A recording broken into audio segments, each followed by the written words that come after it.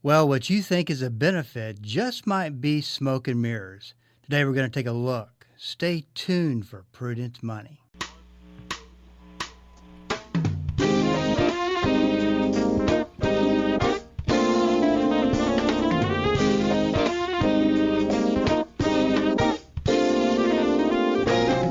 Good afternoon and welcome to the Prudent Money Radio Show. I'm your host, Bob Brooks. Thank you so much for joining me today. You know I do appreciate it. Well, if you got a question for me, I might have an answer for you. Just go to prudentmoney.com. There's a question and answer section. Go in and post your question, and I'll get you taken care of. That's all at the website, www.prudentmoney.com. If you've got a situation it's a little bit more complicated, a little bit more moving parts, that type of thing that an email just won't handle, you're welcome to get on my schedule. There's a way to do that on the website, and we'll get you squared away. We'll get you lined up with a phone call and get you some help. So that's all at the website, www.prudentmoney.com. I often get asked, when do you have the time to do that? I schedule the time to do that. That's all part of what Prudent Money is about. And I want this to be a resource that you can use to get information so that you can make better decisions with what God has given you. So make sure that you take advantage of that. That's all at the website, www.prudentmoney.com. If for some reason you do send an email, we've had this happen a little bit here lately, and you don't get a response, it's because either we never got it or we did get it and it went into your spam folder. You know how that goes. You know the drill. And just make sure that you got all that set up the correct way, whatever that is. I can't tell you that I know how to do it. And make sure that we get you taken care of. If you have not gotten a response, you always can give us a call, and that's you'll find that number on the website, www.prudentmoney.com. I got to thinking about some of the subjects that I wanted to start a brand new year off of talking about. And I was talking to Chris yesterday. Chris does all the technical aspects and runs the board and takes care of everything. And because of him, the program gets played. In fact, because of him, the entire radio station gets aired and things get played like they're supposed to. But we were talking about credit cards, and I got to thinking. He was telling me a story that about deferred interest that happened. And I got to thinking, there's so many things that we're bombarded with that we think it's one thing, but it's another. And oftentimes I blame marketing for that. And I guess I've caught some flack for that in the past. Why do you always blame marketing? Marketing's not the evil part of the business transaction process, and it's not. And I want to add to that because I know a lot of people that are involved in marketing, and they run a very upfront, very highly ethical business. There are people though that like to, and this is with any business. There are people who like to twist up the wording a little bit, say things a certain way. Implication is huge. Imply that things are the way that they are, and we just don't really know. So that's where we get into the situation where we start as consumers assuming something to be the case when it's the wrong assumption. And to make it worse, we're assuming based on the knowledge that we've got, which is a lot of times limited in the field of when it comes to money. I was talking to somebody earlier today, and they go, I just don't know anything. I feel like I don't know anything about money. I guess that's why you got a job. And I said, I guess so. It's a complicated, very complicated subject. But listen, penalties are high for misreading the marketing. And I want to stress once again, there are really, really good people who work for marketing firms and do an excellent job serving their clients and bringing what we'll just refer to as proposals to the public.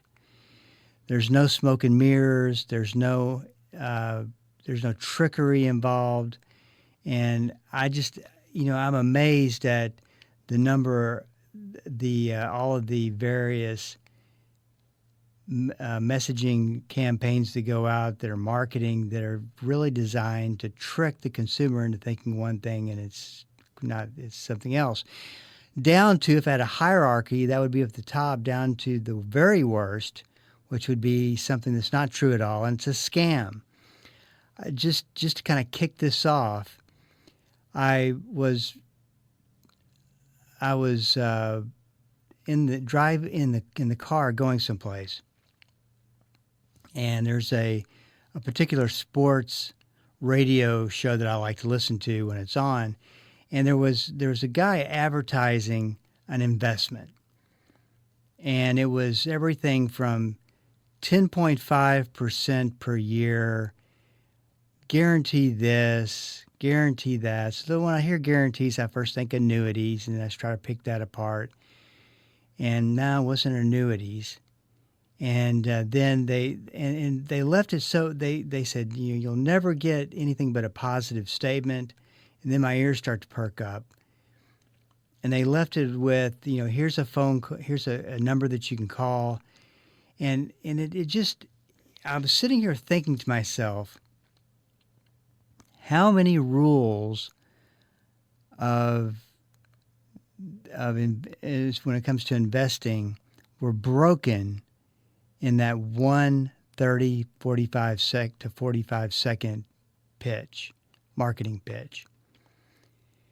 And I went to the website. I'm actually gonna call them and get more information, because I'm fascinated. What fascinates me is that if you look on the surface of this, it looks like a scam, because it's just way too good to be true. Plus, like I said, they're violating all of these rules and investment rules and regulations. And what shocks me, we'll kick off our list here with real estate here in just a second, is that organizations who are wanting to do harm and mislead the consumer are doing it at just right out there in the open. That's what amazes me. They do it, and they do it in such a way that they just assume that there's no regulators that are listening in. There's nobody from the state of Texas Securities Board that happen to tune their radios to AM radio on Saturdays, where you get one marketing pitch after marketing pitch after marketing pitch. But here's the bottom line.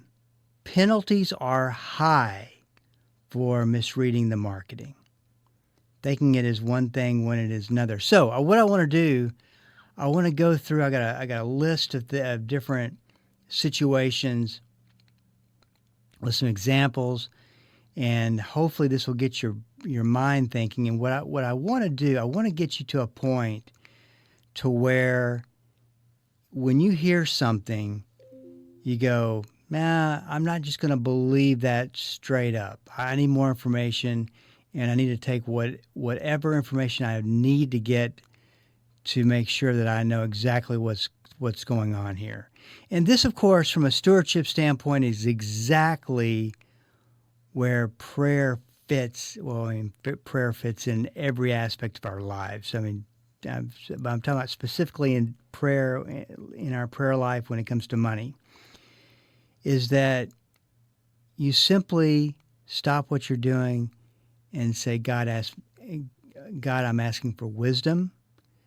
I'm asking for understanding. And most of all, I'm asking for peace. And what you're asking for is peace when it comes to whatever new belief that you're about to adopt about a particular product that's being marketed, or a new belief in the assumptions that you have to make, that you're not making the wrong beliefs and the wrong assumptions. And God will give you that peace. Now imagine if we were to handle everything that way. That's a whole nother topic, right? And we won't get into that. but just think about it, especially as we are here during the new year. So, oh, and by the way, thank you and I hope you enjoyed some of the best of. We actually took about a week and a half off, and I got to tell you, it was great. And my family and I, we went on a vacation, which we haven't done, and I'm embarrassed to say how long it's been. Got to get those vacations in. You got to get that time away in.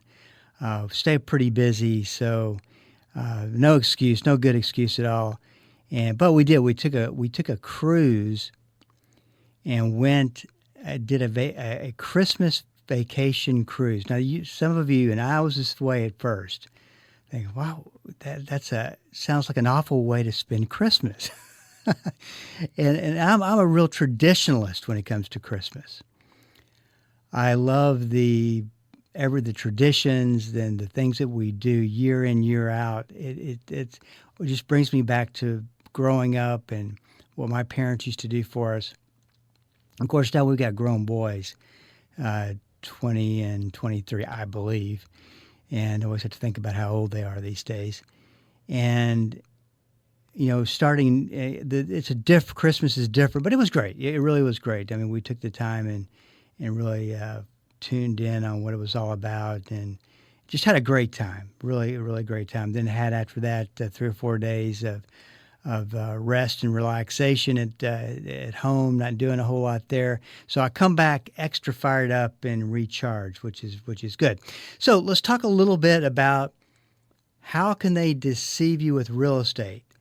Now, I would jump right in, but as oftentimes happens, we're up against a break.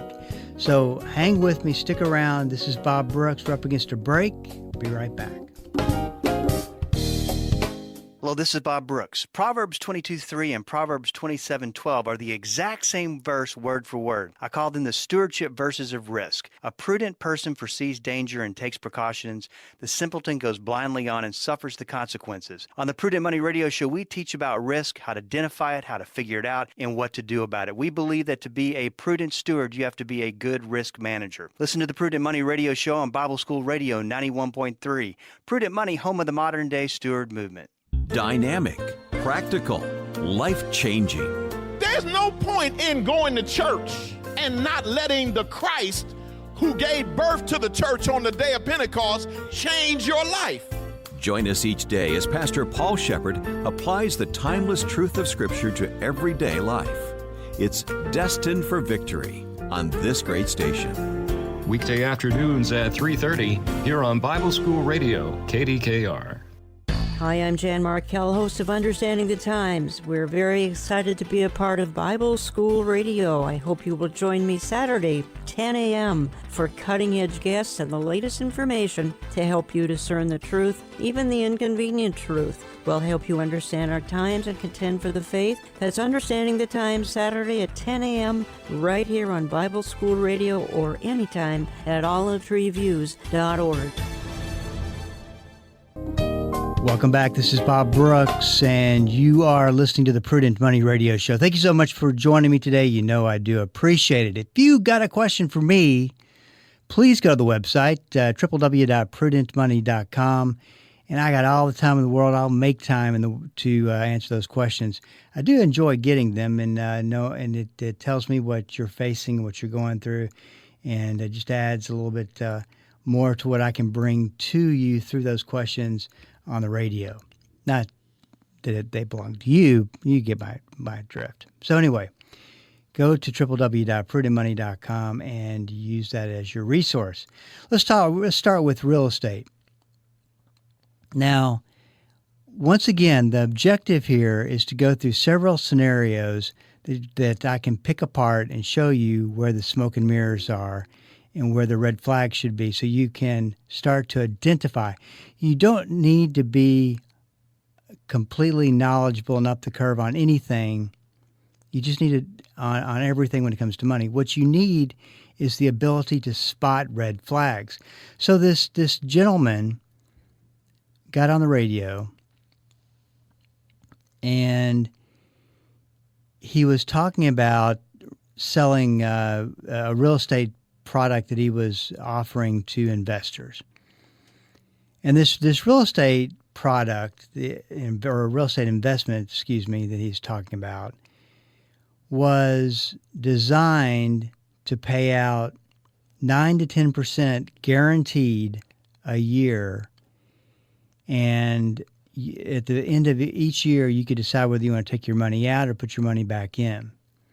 Pretty simple stuff, except load up the sirens were not just red flags, the sirens were going on. So I heard this guy get interviewed, and it was just this real estate deal, no risk whatsoever, guaranteed rates of return. You'd be crazy not to do it. And so what amazed me, but I think it's an important point, because I think what we, as consumers, what we hear something on the radio such as this, and we think, well, it must be legit. They're talking about it on the radio. And no. And the other thing is that you would think that there would be regulators that would hear it on the radio. And that's not, obviously, I guess it's the case. I wouldn't know what regulators are listening to. But, it's just right there out in the open. So this guy was jumping from radio show to radio show on a Saturday morning, and pitching this deal, this marketing deal, this investment strategy using real estate, no risk whatsoever. Now, remember, one thing that's really important is that you're dealing with a registered advisor, someone who is registered with the state of Texas or with the SEC, and is registered and is authorized through the various regulators to offer and sell registered products. So the question that I would always have for anybody is it a registered product or not? And if they can't prove that, then you want to go as fast towards the door and out the office as possible.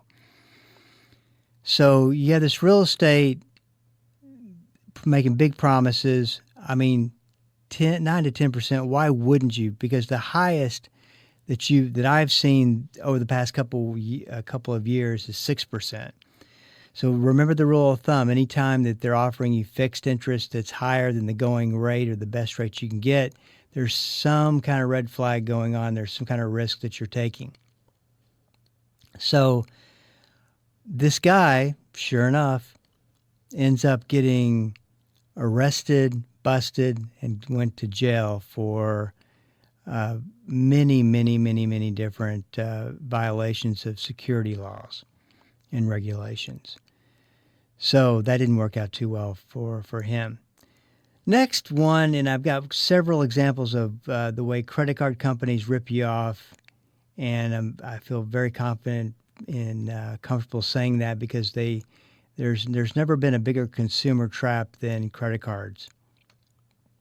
The first one is the credit card that you can buy the item today, make a small payment, then you make the last of the payment 12 months from now, 18 months from now.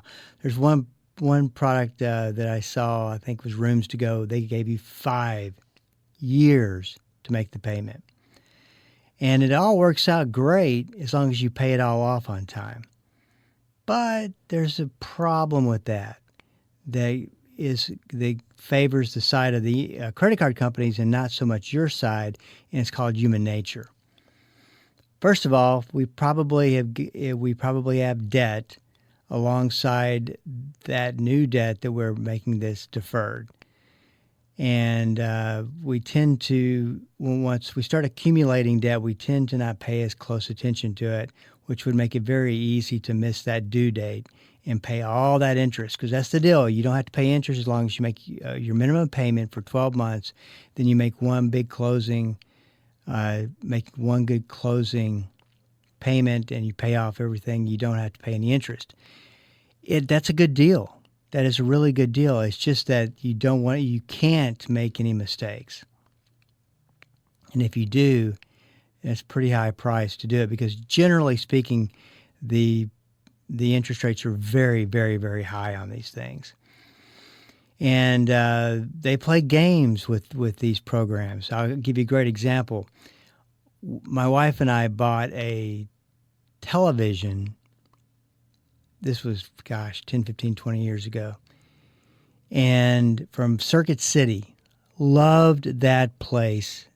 Always thought it was the best electronics place. You come in, the TVs and flat screens were all over the back walls. I mean, it was visually, it was an incredible place to walk into, a consumer's paradise, if you will. Now, looked at there's this TV I really, really wanted, and did everything that I would tell you not to do. I bought it, opened up a credit card, took care of the 12 months. So I had it set up to where I paid that thing right on the due date every month. I did it by manually. I wasn't going to trust their system to do it. And I get in there, and on the last payment, I've been making every payment by the 5th. I think it was like the 5th of the month. Come to find out, they changed the last payment to the 3rd. And I was paying it on the 5th because that's when the due date always was on the 5th. So now I'm late. And I get and I didn't realize it because I just had always paid it on the 5th. But I got a bill in the mail for all this interest that they were charging back on me. And I mounted my case, and I had plenty of proof that what I was doing, and went down to the Circuit City, had a pretty stern discussion with the manager, and he looked at me and he goes, this happens all the time. Let me send it to corporate. We'll get it fixed for you. And I was just shocked at how, no big deal. This happens all the time. We rip people off all the time. And I just couldn't believe it. He didn't say we rip people off. Anyway, Circuit City's out of business. Imagine that. Then there is, so be careful about that. Then there is the credit cards and the high interest rates and the raising your credit card limit. So imagine this. I got this story not too long ago about a individual who had debt on a credit card. It was I think it was a Nordstrom's credit card. And he got in the mail a letter that said, hey, congratulations, we're raising your, because he hadn't been using the card and he was up near his credit limit. We're raising your limit to $5,000 extra for you to spend. 3 days later, he got another piece of mail, letter in the mail that said, we are raising the interest rate on this product, on this credit card, to 34%. That's the highest I've ever seen on a department store credit card. 34%. So think about it, but that's only on new purchases, which he just got an extension of his credit limit of $5,000. So my point is, if you get an invitation, or you don't get an invitation because they just do it, and they say, hey, we're giving you they're increasing your credit score, or your credit rate limit. That's what I'm looking for. Credit limit up to another $4,000, $5,000, $3,000, whatever it is. Just look and see what that's going to cost you if you need to. Because on the surface, it looks like, hey, I'm getting a pretty good deal, but not so much. Let's talk about advisors and the fiduciary standard. This is something, and I reference a company. It's not even a local company. I think they've got branches down here, but a company that's out of state that's doing a ton of advertising in this area. And I always listen to it because I like to hear what they're doing and what they're saying. And they're doing typical advertising of what most advisors who are spending that kind of money are doing. They talk about the fiduciary standard. They talk about annuities. And unfortunately, that's going to have to hold over till next week. We'll talk a little bit more about some of the things you want to be careful about when listening to financial advising and the marketing that they use, and what some things mean and what you need to know. But we'll talk about that next week. It's great to be back with you. And as always, we do post these shows as a podcast. You can go listen to it if you missed any of the program. This is Bob Brooks. You got a question for me, please go to the website at www.prudentmoney.com. Send it in, because we are all out of time. Till we do meet again next time, keep the faith and have a great rest of the day. That's all the time we have for today. Questions or comments for Bob, or to find out more great information like what you've just heard, visit www.prudentmoney.com. Be sure to join Bob Brooks again for the next edition of Prudent Money.